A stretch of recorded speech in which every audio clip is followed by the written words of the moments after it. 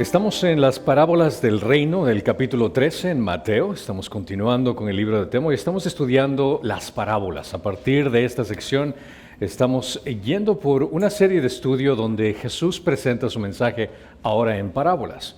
Hablamos acerca de la semana anterior de la parábola del sembrador e interesantemente la respuesta esperada acerca del Mesías es específicamente que el Mesías regrese a Israel y todas las naciones vayan hacia él, pero la respuesta, dando la aplicación de esta parábola, la respuesta inesperada, es que las personas respondieron de manera diferente a la invitación de la palabra. Recordemos que las parábolas son narraciones específicas metafóricas diseñadas para enseñar verdades sobre realidades espirituales que solo un grupo de personas iba a poder entender y no el resto de personas. De manera que revelan puntos de vista quienes están abiertos para las afirmaciones sobre lo que Jesús estaba enseñando. Y Jesús cumple algo que el salmista incluso había profetizado del porqué de este tipo de enseñanza. En Salmo 78:2, donde dice, en parábolas abriré mi boca y hablaré proverbios de la antigüedad. Jesús está hablando específicamente cumpliendo las Escrituras y ahora con una especie de juicio que hemos aprendido que para la gente que había rechazado a Jesús no entienda lo que iba a decir. En su segunda de 10 parábolas, Jesús vuelve a utilizar la figura del sembrador, pero ahora da un giro diferente a la parábola. Esta parábola de la cizaña que vamos a estudiar responde dos preguntas del contexto de Mateo. Una, que es, ¿por qué los siervos fieles del reino deben de vivir en medio del mal en la tierra? Y la segunda pregunta es, ¿hay alguna esperanza de justicia y libertad del mal que existe en el mundo? Esta parábola responde a esos dos puntos. Así que vamos a ver, y me encanta que aquí Jesús da la parábola y la explica más adelante. Es lo cual lo hace mucho más fácil para pastores para no tener que estudiar tanto y solo escuchamos y leemos lo que Él dice. Así que vamos a abrir nuestras Biblias en Mateo capítulo 13, del 24 al 30. Y más adelante está su explicación en Mateo capítulo 13, del 36 al 43. Jesús le refirió otra parábola diciendo, el reino de los cielos puede compararse a un hombre que sembró buena semilla en su campo. Pero mientras los hombres dormían, vino su enemigo y sembró cizaña entre el trigo y se fue. Cuando el trigo brotó y produjo grano, entonces apareció también la cizaña.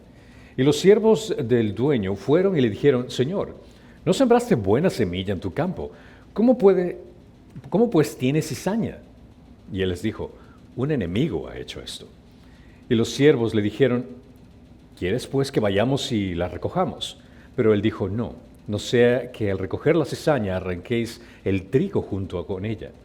Dejad que ambos crezcan juntos hasta la siega, y al tiempo de la siega diré a los segadores, recoged primero la cizaña y atadla en manojos para quemarla, pero el trigo recogerlo en mi granero.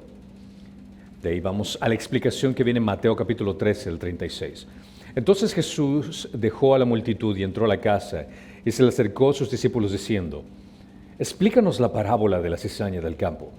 Y él respondiendo dijo, el que siembra la buena semilla es el Hijo del Hombre, y el campo es el mundo, y la buena semilla son los hijos del reino, y la cizaña son los hijos del maligno.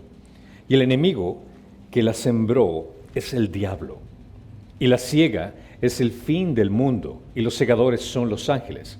Por tanto, así como la cizaña se recoge y se quema en el fuego, de la misma manera será en el fin del mundo. El Hijo del Hombre enviará a sus ángeles y recogerán de su reino a todos los que son piedra de tropiezo y los que hacen iniquidad, y los echarán en el horno de fuego. Allí será el llanto y crujir de dientes. Entonces los justos resplandecerán como el sol en el reino de su Padre. El que tiene oídos, que oiga. Amén.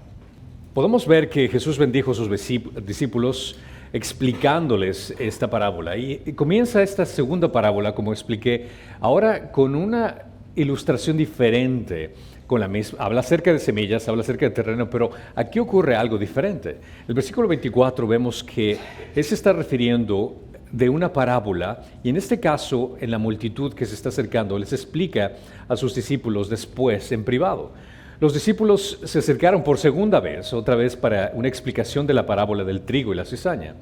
Y esto implicaba que estos discípulos realmente no comprendían tampoco todo lo que estaba enseñando. Me gusta la humildad que tienen ellos en acercarse y decir: Jesús, por favor, lo que acabaste de decir, esta segunda parábola, tampoco la entendemos. O hacerle cualquier pregunta con respecto a lo que no estaban comprendiendo. Lo cual ellos no se avergonzaron en decir: nos hace falta conocimiento, queremos aprender más, queremos entender y estar correctamente seguros de lo que estamos entendiendo. Y esto nos da incluso a entender a nosotros también que aquellos que están correctamente dispuestos para la enseñanza de Cristo son conscientes de que tal vez no vamos a comprender muchas cosas. Y necesitamos aprender más, necesitamos conocer más de la palabra de Dios. Y acercarnos a su palabra, Él nos va a indicar específicamente qué es lo que Él nos quiere decir. En Salmo 25, 8 menciona: bueno y recto es el Señor, por tanto Él muestra a los pecadores el camino, dirige a los humildes en la justicia y enseña a los humildes en su camino. Dios siempre nos va a instruir acerca de su palabra. Cuando nosotros vayamos a Él con un corazón abierto y humilde: Señor, quiero entender cómo se trata este tipo de cosas, cómo puedo comprender cierto tipo de mensaje que nos estás dando. Y la palabra de Dios nos explica claramente. Incluso cuando se trata acerca de sabiduría, el venir a Dios es fiel para darnos esa sabiduría para poder entender su palabra y también para tomar decisiones en nuestra vida. En Santiago 1.5 menciona: pero si alguno de vosotros se ve falto de sabiduría, que le pida a Dios, el cual da a todos abundantemente y sin reproche, y se les dará. Aquí en esta parábola, Jesús les explica específicamente a sus discípulos de que el reino de los cielos se compara con un campo. Históricamente, al estudiar esta parábola a lo largo de la iglesia, solía interpretar esta parábola como haciendo una referencia exclusivamente a la iglesia, que se trataba de una interpretación histórica que se basaba única y exclusivamente en lo que ocurre dentro de una iglesia. Pero esta es una alusión que no trata acerca de la iglesia, porque consideren, cuando analizamos las escrituras debemos entender cuál era el mensaje y la audiencia que estaba escuchando. Cuando Jesús estaba predicando acerca de esta parábola, ¿existía la iglesia? No. La iglesia no existía en ese entonces. La iglesia vino después en Pentecostés. A partir de eso se dio la iglesia. Entonces, al entender el contexto podemos darnos cuenta de que está hablando acerca de un contexto mucho más grande que la iglesia. Y claramente lo explica, que es el mundo. Se representa algo mucho más grande que lo que puede ocurrir dentro de un contexto de 4 paredes que nosotros entendemos como iglesia. Aquí explica que un hombre, que dice que se refiere el Hijo del Hombre, como lo explica después, es el sembrador de la buena semilla. Entendimos en la parábola anterior, la buena semilla es la palabra de Dios, el reino, y Él es el que planta esa semilla. Pero incluso dentro de las parábolas, Él no se reprime en explicar claramente quién es Él. Considera que Él utiliza nuevamente el término del Hijo del Hombre. El Hijo del Hombre es una expresión que en el Antiguo Testamento se entendía claramente en un contexto mesiánico. Daniel 7:13 menciona: seguí mirando en las visiones nocturnas y aquí con las nubes del cielo venía uno como un hijo de hombre que se dirigió al anciano de días y fue presentado ante él. Y le fue dado dominio, gloria y reino para que todos los pueblos, naciones y lenguas le sirvieran. Su dominio es dominio eterno, que nunca pasará, y su reino, uno que nunca será destruido. Cuando lees esto, directamente te da un contexto que esta persona, el título del Hijo del Hombre se refiere a alguien de autoridad, a Dios. ¿Por qué? Porque el contexto menciona dominio, gloria y reino. Solo Dios es el que se merece dominio, gloria y reino. Por ende, cuando Jesús está utilizando esta expresión, el Hijo del Hombre, y la utiliza en la parábola y después le explica ese contexto de conexión con Él, nuevamente dentro de la parábola está haciendo ese entendimiento a la gente: yo soy ese Hijo del Hombre, yo soy ese Mesías. La persona que entendía esto entendía claramente que Él se estaba refiriendo a sí mismo. El que siembra la buena semilla es el Hijo del Hombre. Jesucristo es el Señor del campo, el Señor de la mies, el Señor de la buena semilla. Y la parábola representa las 3 etapas de la historia que viene a ocurrir, que se divide en 3 secciones. La primera de las 3 etapas habla acerca de los obstáculos iniciales para el reino. ¿Qué es lo que ocurre? ¿Cuáles son los obstáculos que se presentaron? Que se vienen en el versículo 25, donde dice: pero mientras los hombres dormían, vino un enemigo y sembró cizaña entre el trigo y se fue. Cuando el trigo brotó y produjo grano, entonces apareció también la cizaña. Y los siervos del dueño fueron y le dijeron, Señor, no sembraste buena semilla en tu campo, ¿cómo pues tienes cizaña? Y él les dijo, un enemigo ha hecho esto. Después en el versículo 38, en la segunda parte, menciona que las cizañas son los hijos del maligno y el enemigo era Satanás. Mientras que los hombres dormían, este enemigo, que se identifica como el diablo, vino y plantó esta cizaña. Ahora, el hecho de que los hombres estén durmiendo no implica que los sirvientes fueran negligentes, sino más bien el énfasis de que el enemigo era sigiloso y malicioso, que el enemigo está como un león rugiente esperando a quién atacar. Este es el momento indicado para quién atacar, lo cual nos viene a enseñar este punto muy importante que debemos entender de que Satanás no es una persona que solo ataca, no es un ser que solo ataca, por ponerlo de esta forma, de forma discriminada, sino que es inteligente. ¿Recuerdan esa frase que dice el diablo más sabe por viejo que por diablo? Él conoce la humanidad por miles de años y sabe cómo hacer caer a alguien, sabe cómo atacar a alguien. Y él espera sigilosamente el momento adecuado para hacer caer a una persona, lo cual esto nos hace caer en cuenta a nosotros que debemos estar atentos siempre. Debemos estar con las manos atentas y el ataque a la defensiva, porque el enemigo siempre nos va a atacar. Satanás observa todas las oportunidades y se apodera de todas las ventajas para propagar el vicio y la profanación, para atacarnos de cualquier otra forma. Pero consideren esto, una persona que está leyendo este pasaje por primera vez se va a hacer esta pregunta, pero a ver, entendamos, ¿quién es el diablo? ¿De quién estamos hablando? La creencia de la gente con respecto a Satanás va desde lo tonto hasta lo abstracto. Desde la idea de que el diablo es un hombre rojo con cuernos y con un traje que suena bastante jocoso y chistoso, pero debemos entender que el diablo es una expresión de la personificación del mal. Y muchas veces el desestimar el poder de quién es Él o quién es Él realmente nos pone en desventaja.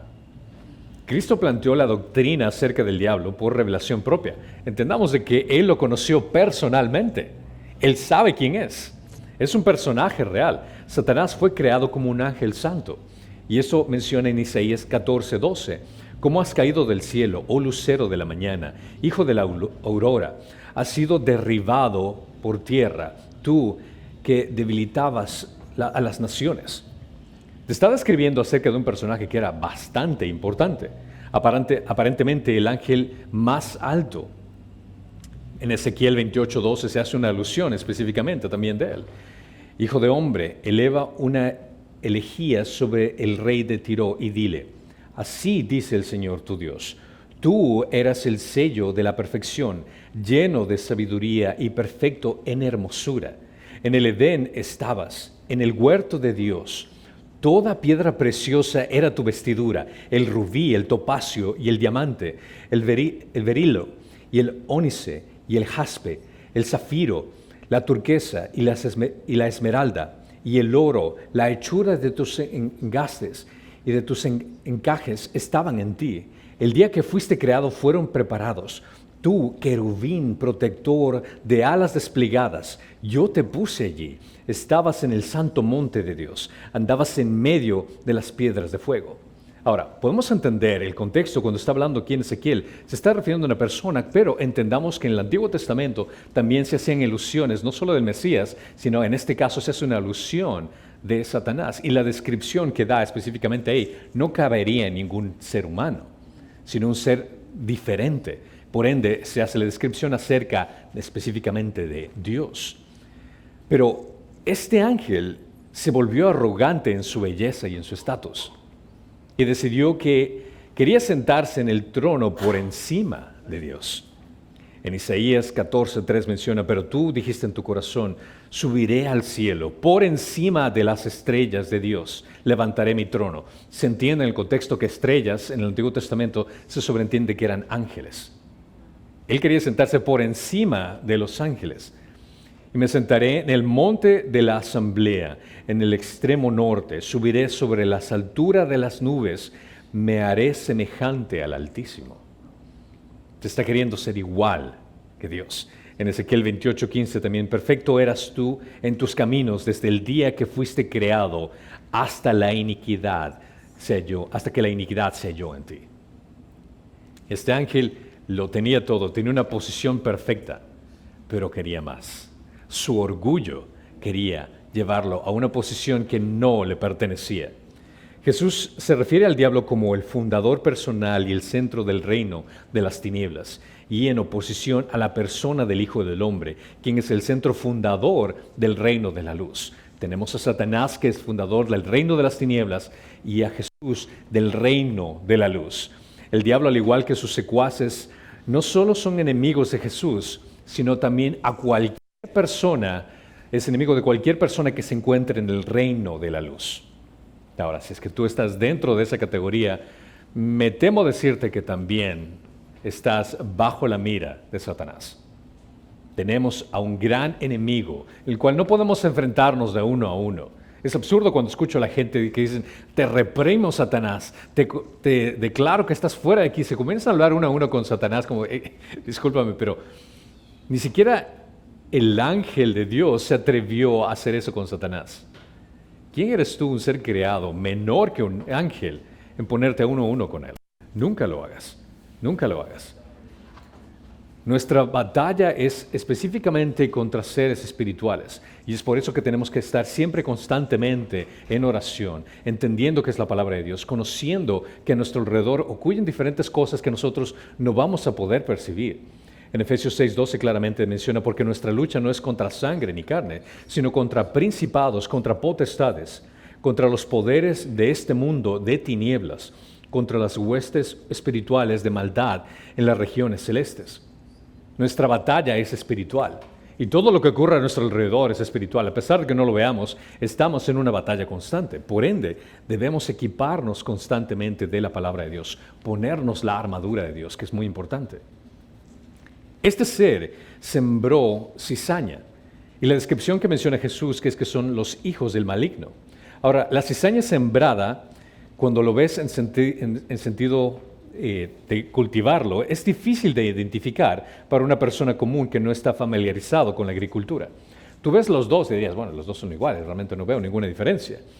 Y fue plantada con el propósito de dañar. Se requirió una siembra especial de parte del diablo para esparcir a los hijos de iniquidad entre los hijos del reino.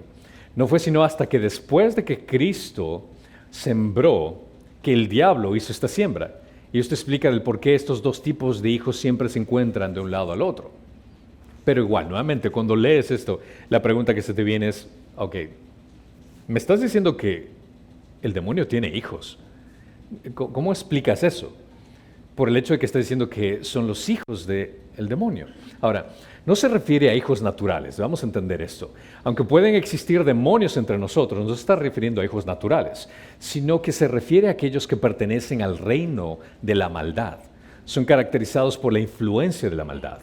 Si pueden pensar en el Antiguo Testamento, ¿qué personaje se te viene a la mente acerca que esté conectado con la maldad, con Satanás específicamente? Uno relacionado, Caín puede ser un buen ejemplo, pero uno relacionado con Jesús fue específicamente Judas. Jesús le responde, aquí menciona Juan 6:70, Jesús le responde, no os escogí yo a vosotros, los 12, sin embargo, uno de vosotros es, ¿qué? Un diablo. Es un gran insulto que te digan de esa forma, sobre todo viniendo de Jesús. ¿Te imaginas dentro de todos los apóstoles que digan, uno de ustedes es el diablo? Y lo interesante del caso es que no es que Judas era como el que estaba vistiendo de negro, así, no, definitivamente es Judas. Porque si te das cuenta, al leer los evangelios, cuando estaban todos en la última cena, entre ellos preguntaron, ¿seré yo? ¿Seré yo? Ni siquiera ellos identificaban cuál era. Pero él se refería a Judas, hijo de Simón Iscariote.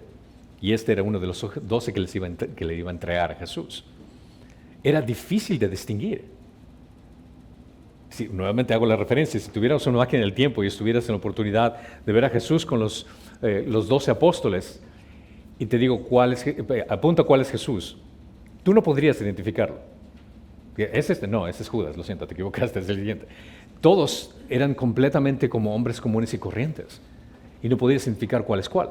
Otro ejemplo de los hijos de desobediencia, los hijos de Satanás en esta área serían Ananías En Hechos 5:3 menciona, más Pedro dijo a Ananías, ¿por qué ha llenado Satanás tu corazón para mentir al Espíritu Santo y quedarte con parte del precio del terreno? Esta es una referencia nuevamente de un hijo de Satanás, que se refiere a la idea de una persona que ha sido influenciada por el mal. Elimas, el mago que se oponía a Pablo, en Hechos 13:10, dijo, tú, hijo del diablo, aquí otra referencia nuevamente, que estás lleno de todo engaño y fraude, enemigo de toda justicia, no cesarás de torcer el camino de los rectos del Señor. Considera que incluso personas que Jesús estaba lidiando a nivel general, Jesús también los reconoció. Estas personas malvadas incluían a los opositores de Jesús, quienes lo habían estado desafiando a él y a sus seguidores. En Juan 8:44 menciona, sois de vuestro padre el diablo, y queréis hacer los deseos de vuestro padre. Él fue un homicida desde el principio y no se ha mantenido en la verdad porque no hay verdad en él. Cuando habla mentira, habla de su propia naturaleza porque es mentiroso y el padre de la mentira. El padre de la mentira. Es decir, que cuando tú mientes, te estás asociando con el padre de la mentira. Cada mentira que tú mencionas te hace asociarte con el padre de la mentira. Y eso es algo que Dios detesta. Todo el que practica pecado es del diablo. En 1 Juan 3:8 lo aclara. El que practica el pecado es del diablo, porque el diablo ha pecado desde el principio. El Hijo de Dios se manifestó con este propósito para destruir las obras del diablo. El problema que viene aquí con esto es el hecho de que, levante la mano, ¿cuántos de ustedes han pecado? Los que no levantaron, ahí está, hijo de padre de mentira, ahí viene directamente. Pero entonces estamos en esta dificultad de que somos pecadores, pero no nos identificamos con el diablo, pero somos pecadores y estamos haciendo, como menciona aquí, practicamos el pecado. Hay una gran diferencia. Al nacer nuevamente, considera que te da una nueva naturaleza donde ahora aprecias la verdad, disfrutas conocer acerca de Dios, conocer a Dios. Hay una gran diferencia entre pecar y practicar el pecado. Una persona como cualquiera de nosotros pecamos, sí, porque todavía estamos en el cuerpo de corrupción. Pero practicar el pecado significaría el hecho de que estás pecando y vuelves a hacer lo mismo, y vuelves a hacer lo mismo. No existe remordimiento, no existe arrepentimiento de tu parte. Entonces, ahí es la gran diferencia de continúas practicando y viviendo en ese pecado. Si es que alguien te dice, sí, yo soy cristiano, pero bueno, yo realmente considero que el tomar licor, mentir, pornografía, realmente no está tan malo. Que le explicas con la palabra de Dios, mira, lo que tú estás haciendo es prácticamente yéndote en contra, porque fornicación es en contra de la palabra de Dios, es algo que va en contra de su voluntad. Le enseñes con amor y con cariño, mira, esta es la voluntad de Dios. Ah, sí, pero entre Dios y yo tenemos una buena relación, es diferente. Okay. Déjame decirte entonces que no tienes una relación con Dios, porque prefieres a tu pecado que tener una relación con Dios. Entonces te topas con una persona que está mal identificada con Dios. Pero una persona que ha nacido nuevamente, que ha vivido en pecado, que ha practicado el pecado, se le presenta la verdad y se encuentra la palabra de Dios que dice, no cometerás adulterio. Ah, bueno, yo no he cometido, pero si es que miras a una mujer y la codicias, has cometido adulterio en tu corazón. Oh, eso yo no sabía. Voy a dejar de hacer eso. ¿Por qué? Porque mi amor por Cristo y mi agradecimiento por Cristo es mucho mayor a poder complacer el deseo de mi carne. Entonces, esa persona ya ha dejado de practicar el pecado, es decir, vivir continuamente en el pecado. Después de esto, los siervos se cuestionaron al Señor el porqué de la cizaña. Señor, ahora está creciendo la cizaña, le hacen la pregunta. Y cuando tú habías sembrado trigo, ¿qué sucedió? La distinción entre la cizaña y el trigo, nuevamente, no fue hasta que comenzaron a formarse las espigas del trigo. Lo que sembró fue cizaña, lo que se denominaría como hierba mala, por ponerlo así. Es botánicamente similar al trigo y difícil de distinguir cuando las dos plantas están creciendo y cuando las dos son jóvenes. Cuando la planta comenzó a dar grano, o frutos, podría darse esa idea, en ese momento la gente podía darse cuenta de cuál era cuál. El Señor afirma que un enemigo había hecho esto, que un enemigo había plantado en el campo. El enemigo del campo, que viene a ser del mundo, se esfuerza en apropiarse de ciertas cosas y como traer esa cizaña, ese mal dentro de un grupo de personas que no te das cuenta quién es quién. Desde que él mismo se convirtió en el espíritu inicuo, se ha esforzado para promover la maldad y traer cosas tergiversadas de lo que antes era bueno. Por ejemplo, si consideramos, ¿el sexo es bueno o malo? Es bueno. ¿Por qué? Lo creó Dios. Anatómicamente fuimos creados para tener sexo dentro de un contexto de un hombre y una mujer en el matrimonio. El demonio tomó ese contexto, lo tergiversó, en el cual el sexo puede significar lo que sea, con quien sea, el momento que sea. Tomó algo que era bueno y lo tergiversó para algo malo. Esa es la estrategia que utiliza el enemigo. Y en esto viene de las 3 etapas que hemos analizado, la segunda etapa. La primera eran los obstáculos iniciales, que viene a ser la planta de la cizaña, y la segunda es la inauguración del reino. El versículo 13, 28 menciona, y los siervos le dijeron, ¿quieres pues que vayamos y recojamos la cizaña? Pero él dijo, no sea que al recogerla la cizaña arranquéis el trigo junto con ella. Dejad que ambos crezcan juntos hasta la siega, y el tiempo de la siega diré a los segadores, recoged primero la cizaña y atadla en manos para quemarla, pero el trigo recogerlo en mi granero. El versículo 39, la segunda sección, menciona que la siega es el fin del mundo y los segadores son los ángeles. Dice, por tanto, así como la cizaña se recoge y se quema en el fuego, de la misma manera en el fin del mundo, el Hijo del Hombre enviará a sus ángeles y recogerá de su reino a todos los que son piedra de tropiezo y los que hacen iniquidad, y los echará al horno de fuego. Allí será el llanto y crujir de los dientes. Los siervos le piden que, Señor, podemos recoger la cizaña en este caso, pero la infestación era tan fuerte que las raíces más fuertes de la cizaña se enredarían con el trigo. El sacar a la cizaña significaría dañar también el trigo. Entonces el Señor les dice, no lo hagan esto, porque sería bastante difícil separarlas cuando los dos están creciendo. Las raíces de las dos plantas se enredarán entre sí y no son fáciles de distinguir en su proceso de crecimiento también. Pero cuando las espigas aparecen sobre el trigo, no hay duda de cuál es cuál. Entonces, deja que crezcan juntos, les dice el Señor, que crezcan juntos. ¿Hasta cuándo? Hasta el fin del mundo.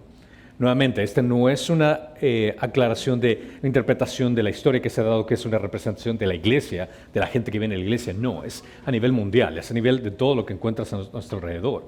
El lienzo es mucho más amplio, significa el mundo. Pero cuando analizas estas dos que están creciendo al mismo tiempo, mucha gente se pone a analizar por qué existe tanto mal en este mundo, por qué hay gente tan mala en este mundo. Pero esta es la respuesta. Dios ha permitido que crezcan los dos. ¿Por qué entonces Dios no elimina el mal de este mundo? Esta es la pregunta muy común que se da. Su creación puede ser purgada de todo mal, pero la forma de purgar el mal en la creación es por medio de un solo efecto, que es el juicio. El juicio es lo único que puede eliminar el bien y el mal. No tiene ningún inconveniente el día que Dios decida, por ejemplo, el día de hoy, que venga y vaya a juzgar el mal. Él puede hacerlo tranquilamente. Pero ¿entiendes lo que eso implica? Implicaría que aquella persona que es pecadora sería juzgada inmediatamente. Aquel familiar, aquel amigo que tú conoces, sería juzgado inmediatamente. Si tú no estás en Cristo, serías juzgado inmediatamente. Alguna vez escuché esta pregunta específicamente, ¿por qué no Dios juzga el mal? ¿Por qué hay tanto mal en este mundo? Yo no creo en tu Dios, porque si existiría un Dios no existiría tanto mal en este mundo. Lo cual la respuesta sería, bueno, si es que quisieras que Dios juzgue el mal en este momento, debería de iniciar contigo. Porque tú eres un pecador. ¿Quieres que haga eso? Jesús explica que Dios tolera a los malvados en el presente por causa de sus elegidos, pero distinguirá públicamente entre los dos en el día en que se revele los secretos del reino. Dios soporta a los impíos en el presente para dar tiempo a todos que reciban el mensaje del Evangelio y puedan convertirse. En Romanos 8:22 menciona, y que si Dios, aunque dispuesto a demostrar su ira y hacer notorio su poder, soportó con mucha paciencia a los vasos de ira preparados para destrucción, lo hizo para dar a conocer las riquezas de su gloria sobre los vasos de misericordia, que de antemano Él preparó para gloria, es decir, nosotros, a quienes también llamó, no solo de entre los judíos, sino también entre los gentiles. Considera que Dios está esperando pacientemente para que la gente pueda entender ese mensaje. En 2 de Pedro 3:9 menciona, el Señor no se tarda en cumplir su promesa, según algunos entienden la tardanza, sino que es paciente para con nosotros, para con vosotros, no queriendo que nadie perezca, sino que todos vengan al arrepentimiento. Y el versículo 15 menciona considerar la paciencia de nuestro Señor como salvación, tal como se escribió también nuestro amado hermano Pablo, según la sabiduría que fue dada. Dios está siendo paciente. Está siendo paciente para que la gente que es expuesta al Evangelio pueda escuchar, entender, arrepentirse. Hay muchas personas en las cuales vienen en mi mente familiares y amigos que digo, Señor, por favor, sálvalos. Es una combinación de emociones. Señor, por favor, ya ven pronto, pero al decir Dios ya ven pronto, sé que muchos familiares y amigos míos no van a estar presentes en el reino. ¿Por qué? Porque en la actualidad, por lo que veo en sus vidas, están rechazando el Evangelio. Lo cual nos deja muy claro que en un mundo afligido por sufrimiento e iniquidades, al fin de los tiempos, Dios apartará a sus adversarios al abismo tormentoso y a sus elegidos para irradiar esplendorosamente en su reino. El sufrimiento se da en este mundo y se soporta en este mundo de parte de Dios por causa de sus elegidos. Él está tolerando ciertas cosas que está pasando en nuestra vida por nuestro beneficio. Lo cual nos lleva a la tercera y última etapa, en la consumación final del reino. Los segadores, que vienen a ser los ángeles, como Jesús lo explica, recogerán ¿a quién primero? ¿A la cizaña o al trigo? A la cizaña. Lo cual viene a ser muy interesante. Jesús habla acerca de que primero va a separar a los inicuos. La parábola de Mateo 13 cubre el periodo del tiempo desde que Él está hablando, desde que Él entregó la parábola hasta el final de los tiempos. Esta parábola cubre prácticamente toda la historia, desde cómo se inició hasta cómo va a terminar. Dios permitirá que los justos y los inicuos coexistan en esta época, pero que eventualmente separará a los inicuos. Los juzgará y los destruirá mientras reúne a los justos. ¿Cuándo? En su segunda venida. Los ángeles reunirán a los impíos y los echarán a juicio.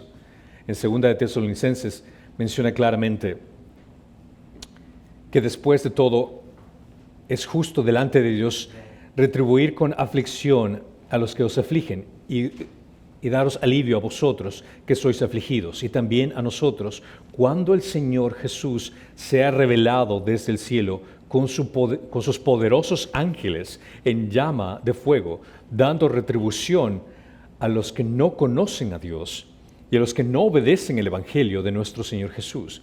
Estos sufrirán el castigo de eterna destrucción, excluidos de la presencia del Señor y de la gloria de su poder, cuando Él venga para ser glorificado en sus santos en aquel día y para ser admirado entre todos los que han creído, porque nuestro testimonio ha sido creído por vosotros. Las personas malvadas descritas como aquellos que causan el pecado y continuamente hacen el mal, estas personas no solo quebrantarán las leyes de Dios, sino que también serán los que atrapan a otros para cometer pecado. Estas personas van a sufrir las consecuencias en el infierno por toda la eternidad. Y la forma en cómo lo describe aquí es bastante, por ponerlo de esta forma, una forma de agonía completa. Claramente dice que quemarán el horno de fuego, que es como el llanto y crujir de los dientes. Ahora, si tú tienes una idea de llanto y crujir de los dientes, para que una persona cruja los dientes tiene que estar en un dolor sumamente grave. El crujir de los dientes, solo por poner los dientes juntos y crujirlos, te da una idea de un dolor increíble, de una agonía impresionante. Y el llanto y crujir de los dientes representa una angustia física y espiritual. Mateo repitió esto varias veces. Durante su evangelio repitió varias veces de que es un llanto y crujir de los dientes. Mateo capítulo 8, Mateo capítulo 13, 42, Mateo capítulo 13, 50, que dice que los arrojará al horno de fuego, allí será el llanto y crujir de los dientes. Mateo 22, 13, nuevamente, hacer de las tinieblas donde será el llanto y crujir de los dientes. Mateo 24, 51, nuevamente, llanto y crujir de los dientes. Y Mateo 25, 30, llanto y crujir de los dientes. Puedes darte cuenta de que Jesús habló más acerca del infierno que del cielo. ¿Por qué? Porque quería advertirnos acerca de este lugar que es real. En Lucas también se menciona nuevamente acerca del llanto y crujir de los dientes. Todas estas referentes del llanto y crujir de los dientes tienen un sentido muy común. El hecho innegable de que aquellos que no pertenecen a Cristo sufrirán un destino terrible. Lo voy a poner en términos simples. El infierno es creado para pecadores. Todo el que haya pecado necesita ir al infierno. Su destino final es el infierno. Lo cual implicaría que todo ser humano, el destino final sería el infierno. El infierno fue creado específicamente para Satanás y sus demonios. Y para todo el que haga iniquidad. Todos en este mundo hemos hecho iniquidad. Todos hemos pecado y hemos sido destituidos de la gloria de Dios. Y no existe nada en nuestra propia capacidad que podamos hacer para borrar nuestras iniquidades. No existen buenas obras que puedas hacer. Tu arrepentimiento no te va a servir. El hecho de que vengas a la iglesia todos los domingos o que leas la Biblia, nada de eso te puede borrar tus pecados. Todos estaríamos condenados al infierno si no fuera por las buenas noticias. El hecho de que Dios vino a este mundo y nos representa como el segundo Adán. Nuestro primer Adán nos heredó algo bastante horrendo, que era el pecado original. Pero el segundo Adán, Jesús, siendo hombre, tomó la palabra de Dios al pie de la letra, cumplió la ley, y Él voluntariamente fue a la cruz para recibir nuestros pecados, para ser castigado en nuestro lugar, morir y el tercer día vencer la muerte. Pero claro, el hecho de que Jesús haya muerto en la cruz no significa que todo el mundo va a estar salvo. Es única y exclusivamente aquellos que confían plenamente en el trabajo que Jesús hizo en la cruz. Aquellos que reciben el perdón celestial de misericordia que está representado en el trabajo de Cristo. Son aquellos que todos sus pecados han sido perdonados. Por ende, el destino ya no va a ser el crujir de los dientes, la tiniebla, el infierno. Aquellos que entienden que Jesús dio su vida por nosotros son los que se eliminan de este destino final. Los segadores van a recoger todo esto, todo lo que es prácticamente la cizaña, los pecadores. Los ángeles van a recoger a todos los que han pecado y los van a colocar en el infierno. Y es una idea sumamente terrorífica, por ponerlo de esta forma.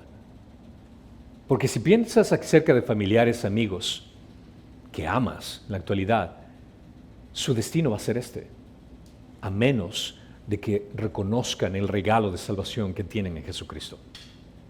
Y es ahí donde está también tu responsabilidad, el hecho de que tú compartas con ellos ese mensaje, el hecho de que les hagas entender la importancia de Jesucristo, que no se trata de ser religioso, sino se trata de una relación, de aquello que Cristo hizo por nosotros, de buscarnos, de salvarnos. Los segadores también van a recoger el trigo, pero el trigo va a ser llevado a un lugar diferente. El trigo se va a poner en el granero. Los ángeles, a lo largo de las Escrituras, lo hemos entendido como aquellos representantes de Dios, ellos lo que ejercen ministro de juicio, harán ambas cosas, atar la cizaña para el fuego, pero también el trigo lo van a almacenar. Se alienta a los seguidores de Jesús a perseverar en medio del mal hasta el fin de los tiempos. Cuando el plan de la restauración de su reino soberano y la redención sacrificial de su pueblo se completen, Él enviará a sus ángeles para separar los buenos de los malos, para separar a los inicuos de los que han nacido nuevamente. Este es el destino que vamos a ver en el futuro. En un mundo afligido por sufrimiento e iniquidades, al final de los tiempos Dios va a separar a sus adversarios con aquellos que van a brillar esplendorosamente en su reino. Vamos a resplandecer aquellos que estamos en Cristo. No porque nosotros hayamos hecho algo, no porque nosotros en nuestra vida hayamos hecho algún esfuerzo para brillar más, sino porque Dios ha dado su Hijo Jesucristo y nosotros al recibir ese regalo de salvación en Jesucristo tenemos la perfección que necesitamos, que es la perfección de Cristo en nosotros. Y es por Él que vamos a brillar. Es por Él que vamos a ser separados, por el trabajo que Él ha hecho por nosotros. Vamos a resplandecer en la eternidad. Como menciona en el versículo 43, entonces los justos resplandecerán como el sol en el reino del Padre, y el que tiene oídos que oiga. Los justos resplandecerán como el sol en el reino. La gloria final de los hijos del reino se describe también en una imagen en Daniel 12:3. Los entendidos brillarán como el resplandor del firmamento, y los que guiaron a muchos a la justicia como las estrellas por siempre jamás. Una gloria será revelada en los santos que es no meramente traída a ellos, sino añadida desde afuera. Es una gloria que ellos antes no tenían, que no habían manifestado evidentemente, pero esta gloria será abiertamente mostrada. En Colosenses 3:4 menciona cuando Cristo, nuestra vida, sea manifestado, entonces vosotros también seréis manifestados en Él en gloria. Se sobreentiende que Jesús, siendo nuestro segundo representante, en la transfiguración, si han leído esta parte en Mateo, menciona claramente que Pedro estuvieron viéndoles y Jesús estaba resplandeciendo de una forma que ellos jamás habían visto. Nosotros, por lo que entendemos, incluso varios teólogos afirman esto, es el hecho de que vamos a tener el cuerpo como el cuerpo de Cristo resucitado. Un cuerpo perfecto, sin dolor, sin sufrimiento. Vamos a brillar con algo mucho más resplandeciente de cualquiera de nosotros hemos experimentado. Un día le comenté esto a mi esposo, tuve un sueño, y no estoy diciendo que estoy teniendo nuevas revelaciones, no algo por el estilo, ¿no? Pero fue un sueño que le agradezco a Dios que me haya dado esta ilustración en mi vida, que fue un sueño muy interesante, bastante ilógico al mismo tiempo. Yo era supuestamente el hijo del rey David, y fui a visitar a un amigo mío, y en la casa del todo era de oro, y brillaba, pero de pronto yo había cometido un pecado, y mi esplendor se fue, y el esplendor de la casa donde estaba se había ido. De pronto vino mi padre, supuestamente el rey David, y él estaba brillando de una forma que yo jamás lo había visto. De pronto él me entrega como un libro, y dentro del libro se encuentra específicamente una comunión, donde estaba la copa y el pan. Entendí prácticamente que era el Evangelio. Y al tomarlo, mi brillo fue diferente, y pude ver un brillo diferente alrededor. Ahora, la Biblia dice que en los últimos tiempos los jóvenes tendrán sueños, así que yo todavía estoy teniendo sueños, estoy en la categoría de joven todavía. Pero me encantó el sueño por el hecho de que pudo, después lo interesante del caso es el hecho de que justamente tuve este sueño y me iba a estudiar para esta semana y estoy leyendo esto. Así como que, wow, qué increíble. Me puse a llorar de la emoción, así como que solo fue un simple sueño, pero no puedo imaginar lo que va a ser en el futuro. Es indescriptible. Solo considera esto, vas a oler cosas que jamás has olido en tu vida, vas a probar cosas que jamás has palpado en tu boca, vas a poder observar cosas y colores que jamás has visto en tu vida. Pero lo mejor del caso es el hecho de que vas a tener a Dios Todopoderoso, en el cual vas a poder deleitarte por toda la eternidad. Pero aquí viene la advertencia que también Dios nos da. El que tiene oídos, que ponga atención. Tanto la parábola como la explicación necesitan oídos abiertos y receptivos. La instrucción e iluminación divina convoca a todas nuestras facultades, mas la voluntad se dirige al uso de estas facultades. Si estás escuchando, no se trata únicamente de escuchar, sino de obedecer. Si realmente crees que Jesucristo murió en la cruz por tus pecados, no se trata solo de un entendimiento intelectual, sino de entregar completamente tu vida a Él y obedecerlo, no porque tengas que hacerlo para salvación. Él ya te está dando la salvación por lo que Él ya hizo, sino en obediencia entregar tu vida y en agradecimiento obedecerle por lo que Él ya hizo. También está el contraste entre el papel de Jesús y el diablo que vemos aquí en esta parábola, el hecho de la función que tienen los dos, como el diablo vino a traer caos en este mundo. Y estamos viviendo en un mundo de caos.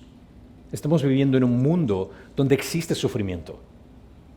Pero cuando tenemos esta perspectiva de la eternidad, de que nosotros solo somos peregrinos en este mundo, nos da una perspectiva diferente, una esperanza diferente. Que aquellos que no tienen a Cristo, que aquellos que rechazan a Cristo, van a sufrir.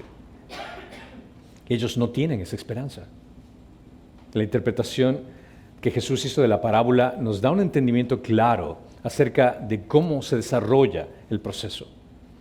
El trigo y la cizaña tuvo dos efectos también de la misma forma. La respuesta esperada era que los ciudadanos del reino gobiernen en el mundo con el rey. Pero la respuesta inesperada es el hecho de que los ciudadanos del reino crecerán junto con hombres del mundo, es decir, con inicuos, hasta el tiempo de la cosecha de Dios.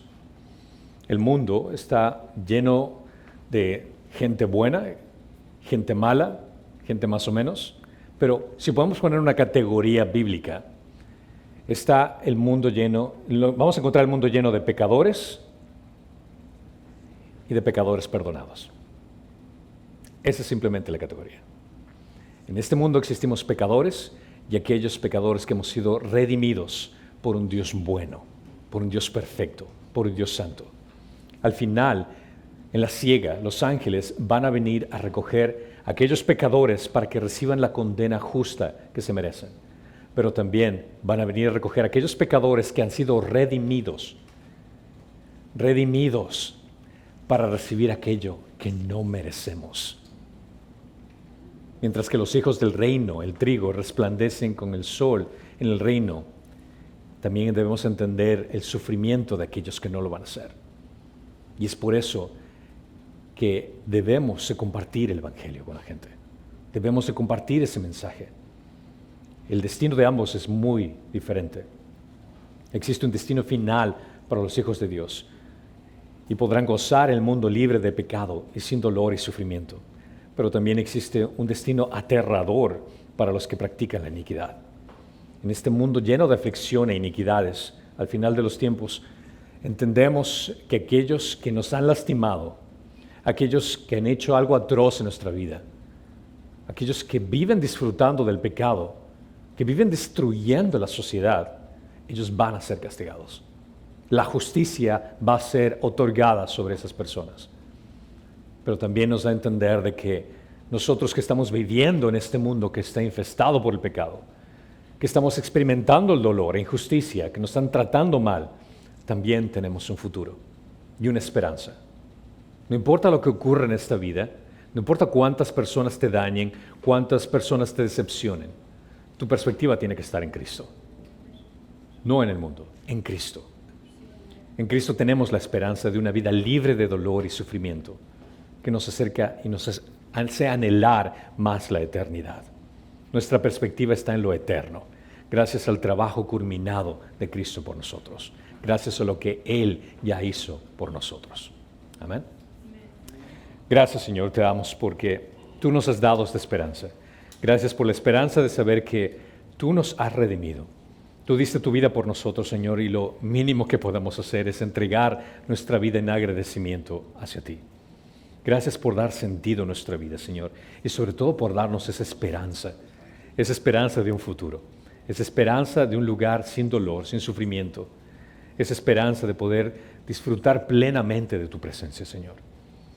Mientras tanto, Señor, hasta que ese momento llegue, te pido por cada una de esas personas que están a nuestro alrededor, aquellas personas que no han conocido y no tienen el privilegio de tu misericordia, de tu gracia, Señor. Te pido, Señor, que obres en los corazones de estos familiares y amigos nuestros, que puedan entender, Señor, quién eres tú, lo bueno que eres tú, y poder disfrutar con ellos por el resto de la eternidad, hombro a hombro, gozando de tu presencia, de tu santidad, glorificándote por todos los tiempos, Señor. Te lo pedimos en el precioso y hermoso nombre de tu Hijo Jesucristo. Y todos dicen, amén. Amén.